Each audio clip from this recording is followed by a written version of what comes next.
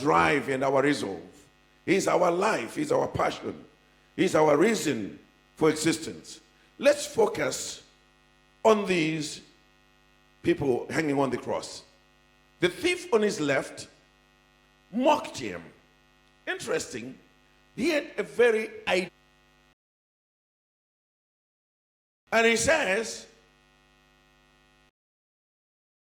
you say right, had a three-dimensional vision. And this is the person I'm focusing on today as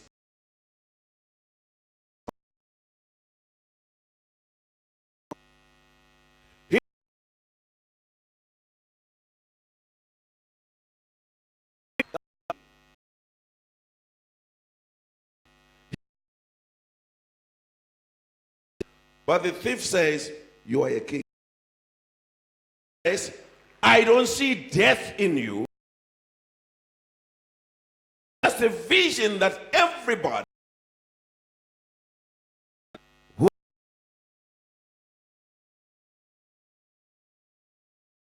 Dr. Miles Monroe always says in a authority are governed by the Constitution, rule,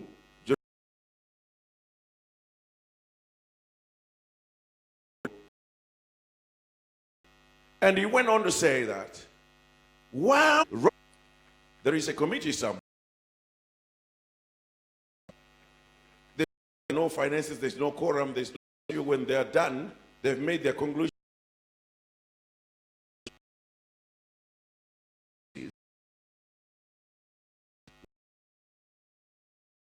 But you are the agenda. What people are saying. In fact, let me give you some advice. Pray not for the death of your adversaries, but pray for their long lives so that they can be witnesses to your success.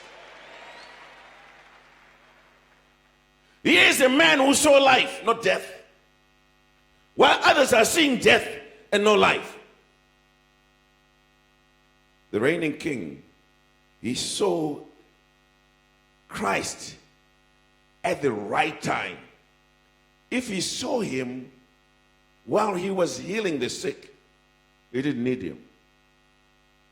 If he saw him while he was opening blind eyes, he didn't need that. If he saw him while he was feeding the thousands with loaves and fish, he didn't need that.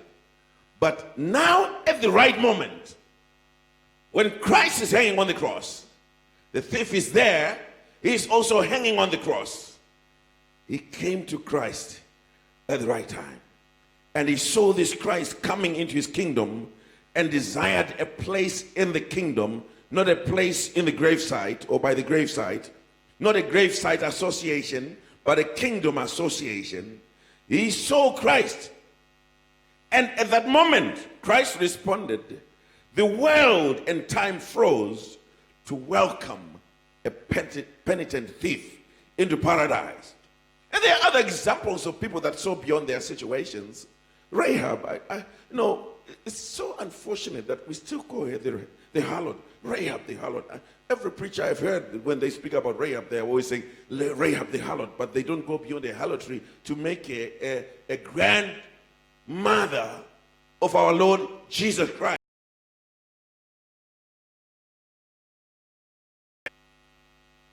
And they want to bring your past into the future. That's why they still call him a thief on the cross, and they call Rahab the harlot. And when she stopped her harlotry, the time spies entered her house. She became a saint and a grandmother of Jesus. Another person who actually saw the future and defied every circumstance that was limiting her was Ruth of Moab. When her husband died and Naomi was about to go back home to Bethlehem, she said, don't deny me the privilege of associating with you. And she also made certain declarations and said, your people shall be my people, and your God shall be my God. Where you are buried, I will be buried. But she went too far when she said, your people shall be my people, because she had to know the type of people she's speaking about. The Jewish people. Moab descended from Lot's incestuous relationship with his daughters. Moab and Ammon were nations that were born out of such an unjust and evil relationship and association. And the Bible, if you read Deuteronomy chapter 23, it talks about Moabites and Ammonites are barred from entering the holy place or the temple of the Lord. Some would take 10 generational cleansing, but Moab and Ammon are barred forever. They don't come into the generation, into the temple, into the gathering of the holy ones. They are barred completely. And she, being a Moabitess, was not only regarded as sinful, but she was regarded as sin itself, which should be avoided. And being a woman made it worse in the Jewish culture. She's a woman, she's a Moabitess, and her husband has died. Naomi, a Jewess, is going back home, and she says, your people shall be my people. You know what Ruth had? She defied her nationality, nails of her nationality, nails of her agenda, and she began to see something internally that I have a future. And I often say that Ruth was pregnant with the future. She had Solomon's temple on the inside of her before Solomon has ever thought of. She had David the king on the inside of her, the giant slayer. She also had the church on the inside of her. And she says, please don't deny me this privilege. I'm going, your people shall be my people. And when she got there, you know what amazes me about this girl is that when she was in Moab, married to one of the sons of Elimelech, she didn't give birth. She didn't become pregnant. She didn't conceive. Some would have thought she's barren. But Ruth was very careful to know where to conceive. Moab is not the place to conceive, but get to the land of promise. Make sure your conception are in the right place. I'm not just talking about the physical pregnancy, but I'm talking about spiritual conceptions. You begin to conceive a vision. You begin to conceive the future. And when she got to Bethlehem, Judah, she was industrious. She was not idle. She went into the field, and because Boaz was an idiot, and she didn't go to that idiot's field, she went to Boaz's field. And there, for the kinsman redeemer, Boaz tried to refer to the right person, and the idiot declined, so Boaz took over. And she got the right person, and when she slept with Boaz, she became pregnant and gave birth. Somebody thought to have not been able to conceive, but she is conceiving. The thief got the right sight of the right person at the right time. And when he got the right sight of the right person at the right time, guess what? He saw the future. Some are failing to see beyond tomorrow. And they are always singing, nobody knows the troubles I got. And I'm just a nobody trying to tell everybody. Who told you you're not a nobody? Christ did not die for you to become a nobody. You are not a biological accident. You are not a piece of object occupying space. You are not an oxygen thief, but you are by divine design.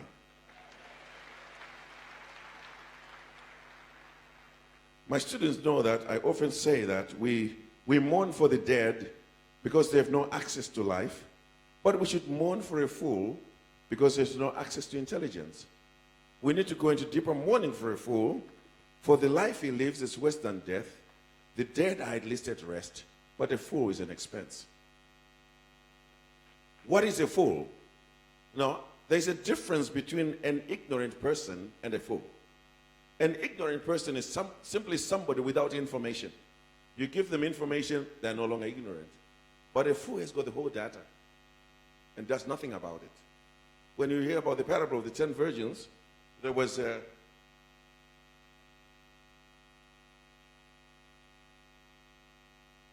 oh, here. There are some cars here. Just pardon the interruption.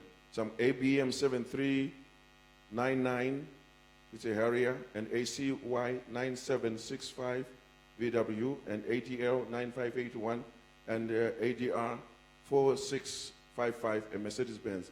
They are blocking the way of the Vice President of the Republic of Zimbabwe. Please go and remove your cars. And you are also disrupting my message, because your blocking of the cars does not do well with what I'm talking about. So please go and remove your cars before things get worse. Hallelujah. So the vision that she had was a vision of the glory of the Christ who is hanging. And Ruth also had that particular vision of something that would be born through her. And she allowed that not to be interrupted, not to be disturbed, and to be completely taken care of by the right association. Watch out who you associate with. There's a blessing by association, and there's a blessing that is particularly yours. As long as Lot associated with Abraham, he was blessed. But the day he parted company with Abraham, he was having sex with his daughters in a cave. Watch out your disassociations and your associations. Get to the right place and do the right things and move in the right position. And when he had this vision of the Christ, the other vision, although the order I have is not the real order of the vision, this thief, the visional criminal, had a vision of himself. He saw himself. He saw his condition. And as I was saying that, in the parable of the 10 virgins, says the 10 were foolish. The 5 were foolish and the 5 were wise. The foolish are not foolish because they didn't have information. They are foolish because they had all the information but did nothing with it. They knew the bridegroom is coming. They knew they had to have lamps. They knew for lamps to burn, they have to have oil in them. And with all that information, they went to sleep. And that's a fool. You have the Bible. You have the Holy Spirit. You have got pastors. You have got exegetical methods. You got commentaries. You got soft copies of everything. And you go to sleep with that. You feel within the defines of a fool, a certified fool. Because God did not baptize you with the Holy Spirit just for you to feel good. You may feel good, but it's for service. Hallelujah. It's for service. It's dangerous, as I reiterate the words of Professor Chikani, to sit with the power. Reinhard Bonnke says, a horse that is pulling doesn't have time to kick. When the horse is pulling, there's no time to kick. All its energy is directed towards pulling. And when you see people kick each other, it's because they are not pulling.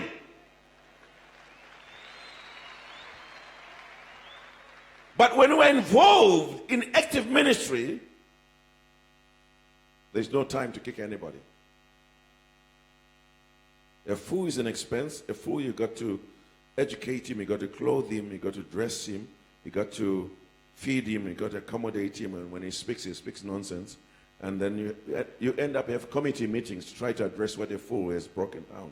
But for a grave, there's no budget, there's no maintenance, but a fool is an expense. Please be wise. Don't be fools, the Bible says. Be wise. Don't become fools. And this man rose up from his slumber and saw himself. He saw that he was being justly condemned, acknowledged and accepted his condition. He says, my condition deserves death. My condition deserves punishment. For all have sinned and have come short of the glory of God. Nobody is perfect. He who is without sin, let him cast the first stone. It was interesting during the workshop this afternoon, no? So many questions that were being asked. And I made a statement and said that if the hospital is for the sick people, then the church is for sinners. Because the sick people will be taken care of at his hospital. So sinners are taken care of at church. And we seem to make a church a place of saints. No, a place of saints is heaven. While you are here on earth, we will have as many sinners. They come in. That's why Christ hung on the cross with sinners on either side, so that he could be of service to them. He was not hung up with saints, but with criminals. And the death of the cross was the most base death that anybody, a very humiliating type of death that anybody could undergo. That's why the Bible says the cross became a stumbling block to the Jews and foolishness to the Greeks, because the cross was not a method for a king to die. The Jews had been expecting the Messiah to come back to them. Now their hopes were slashed by this Messiah being crucified, losing his life. And the Greeks would say, if he was the king of the Jews, how would he die such a death? So he became a stumbling block to the Jews and foolishness to the wisdom of the wise Greeks. But he says, to us is the power of God unto salvation. Unto us, he is my future. Unto me, he is my hope.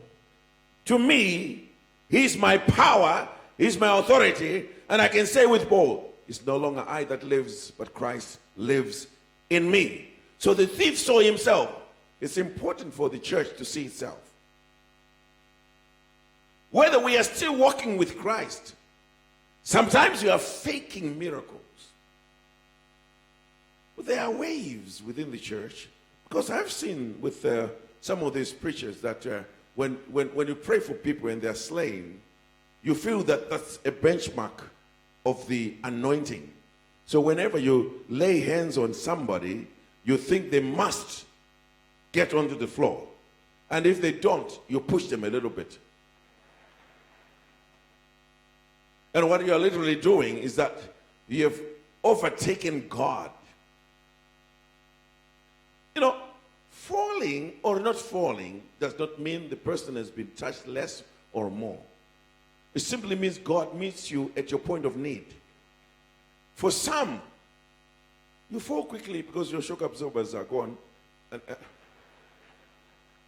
But that's not really the case. But it's just what, there used to be a wave of this Toronto blessing whereby people would come to the altars to be baptized with laughter. And they said, I don't need the Holy Spirit to laugh. I can laugh without the Holy Spirit. And they called it Toronto blessing, Toronto blessing. No, people would actually, there were preachers, great preachers, who would make an altar call for you to come and be baptized in laughter. And I said, no, that's not scriptural. Because when God wants me to laugh, it's because I'm going through a tense situation and I want to loosen up. And some, you don't need to laugh, you need to cry. But, hey, you better come to God and be saved. You better come to Jesus and know this is a king. He's not just a criminal. He's a king. And we need to see that vision of our depravity and the conditions that needed a challenge and a rebuke must be challenged and rebuked. And he took it upon himself to be missionary to his fellow thief. So when we are speaking the word of God, we are fellow thieves rebuking fellow thieves. Because all have sinned and have come short of the glory of God. Are you seeing what the world is doing and where the world is going? Our youth, our women, our marriages, our gatherings can be a mockery to God. And the man says, remember me, Almighty God. The world has not forgiven this man. The world has not forgotten this man. But when the Lord remembers, he says, when any man is in Christ, he's a new creature. All things have passed away.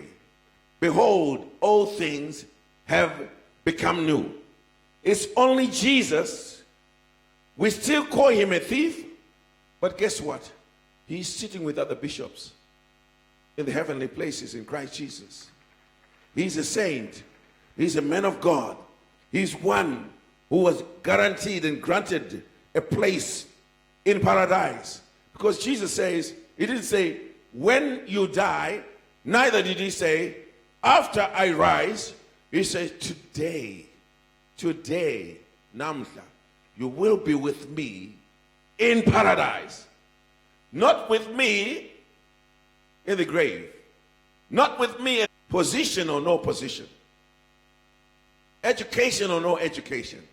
I'm talking about your position in Christ. I'm talking about what you have in Christ. As we sing, what a friend we have in Jesus. And this friend we have in Jesus is right here to turn every one of us into become visional. While we were criminals, we are moving away from criminology. We are going into visionals. And to become visionals that will see the world. I am seeing the AFM having not yet achieved what God has for it. All the numbers we are seeing of the countries that are represented and all the people we are seeing, they are just a drop in a bucket to what God wants to do. And the miracles that have been witnessed and that we have seen and performed are only a drop in a bucket to what God wants to do. Because God is not limited and God is not done with us yet. There are some who think that they have reached their retirement age. Guess what? When God promised his Holy Spirit, he said, I'll pour out my spirit upon all flesh. Your young men shall see visions and they shall prophesy. And the old man will say, I don't have any more energy to run around. I cannot go into evangelism. All I do when I sit down, I fall asleep. And God says, it's okay, old man. While you are sleeping, I'll still use you. For your old man shall dream dreams. So go ahead, old man.